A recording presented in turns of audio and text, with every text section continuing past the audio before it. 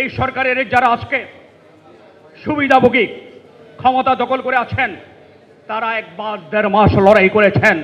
আমরা 17 বছর ধরে সাংবাদিকরা ঢাকার রাজপথে আন্দোলন করেছি, সংগ্রাম করেছি, গুলিবিদ্ধ হয়েছি, লড়াই করে তারপরে গিয়ে কিন্তু এই স্বৈরাচারের পতনের চূড়ান্ত যে পরিণতি জুলাই বিপ্লবটা এনেছি, তার জন্য পেশাজীবীদের মধ্যে নয়, রাজনৈতিক অনেক দলের চেয়ে সাংবাদিকদের বড় অবদান রয়েছে। আজকে মাঝে মাঝে কিছু শিশুকে দেখি সাংবাদিকদেরকে হুমকি দিতে। তোমরা তো 1.5 মাসের নেতা, আমরা 17 বছর লড়াই করে আমরা এই বাংলাদেশকে ফেসিবাদের তক্ত তাউসকে আমরা কাঁপিয়ে তুলেছিলাম। 1.5 মাসের নেতৃত্ব দিয়ে 17 বছরের নেতৃত্বকে অস্বীকার করার কোনো সুযোগ নেই। তোমরা সাংবাদিকদের হুমকি দাও, এটা আমরা মেনে নিতে পারি না, মেনে নেব না। আমরা কোন দলের দাসত্বগিরি করি না। আজকে যে নেতারা আছেন তারাও যদি গণমাধ্যমের গলা টিপে হত্যা করতে চায়, সাংবাদিক হত্যা করতে চায়, গণমাধ্যমের টুটি চেপে ধরতে চায়, আমরা কিন্তু বসে থাকবো না। অগণতান্ত্রিক পথকে বেছে নেবেন না। অগণতান্ত্রিক পথকে বাংলার মানুষ, বাংলাদেশের মানুষ পছন্দ করে না। বাংলাদেশের মানুষ বরাবরই গণতন্ত্রের পক্ষে। 71 থেকে 25 পর্যন্ত চিন্তা করে দেখুন।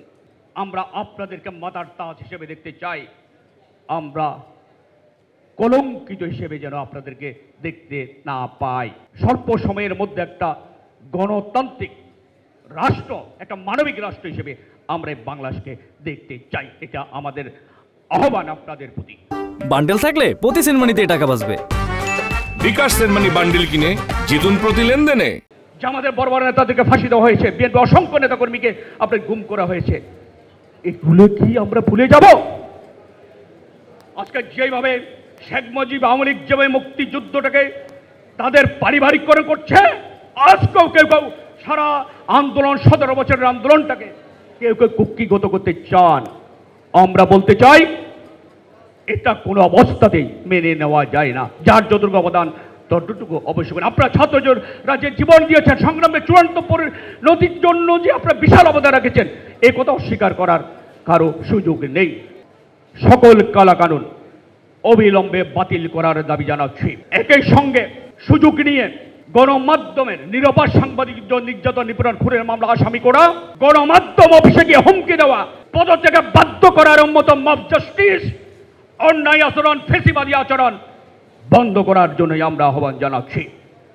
আমরা সবসময় গণতন্ত্রের পক্ষে ছিলাম। আমাদের মূল লড়াইটা ছিল মুক্ত গণমাধ্যম। মুক্ত গণমাধ্যম যদি থাকতো, হাসিনা ফেসিস্ট হতে পারতো না, এত লোককে খুন গুম করতে পারতো না। সেই জায়গায় আজকে আপনাদের কাছে আমাদের দাবি থাকবে, আগামীতে অবশ্যই আপনারা রাষ্ট্র পরিচালনার দায়িত্বে যাবেন, গণমাধ্যমের স্বাধীনতার উপর যেন কোনো হস্তক্ষেপ না হয়। আমরা সাংবাদিকরা যেন মুক্তভাবে লিখতে পারি, মব জাস্টিস যেন না হয়। আমরা একটা মানবিক বাংলাদেশ আপনাদের কাছে প্রত্যাশা করি। আমাদের আজকে আবেদন নিবেদন থাকবে একটি মানবিক বাংলাদেশ, যেই মানবিক বাংলাদেশে গুম, খুন, হত্যা কিংবা রাজধানী থাকবে না, চিন্তায় থাকবে না, দর্শন থাকবে না, আইনাগর হবে না, আমরা নির্যাতিত হবে না, সাগর রুনির মতো আমাদের সাংবাদিকদের জীবন দিতে হবে না।